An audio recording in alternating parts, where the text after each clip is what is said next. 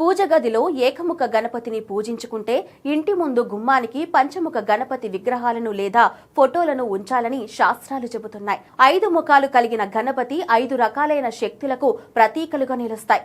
ఇందులో మొదటి ముఖాన్ని తత్వముఖమని పిలుస్తారు. ఈ ముఖం వివేకాన్ని సూచిస్తుంది. రెండోది వామదేవ ముఖం. ఇది ఐశ్వర్యానికి, సౌందర్యానికి ప్రతీక. మూడో ముఖం అఘోర ముఖం. ఇది రక్షణకు, నష్ట నివారణకు ప్రతీక.